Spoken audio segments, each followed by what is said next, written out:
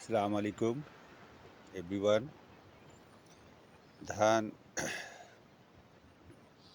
আমার এই বাদাই হচ্ছে আজকে কালকের মধ্যেই শেষ হবে ইনশাল্লাহ। এটা আপনাদেরকে দেখাচ্ছি হচ্ছে যে ধানটার ফলন কেমন হয়েছে সেটার জন্য দেখাচ্ছি। এটা হলো যে আমন ধান। এমনটা আসলে এবার আমার এলাকায় খুব কম হয়েছে।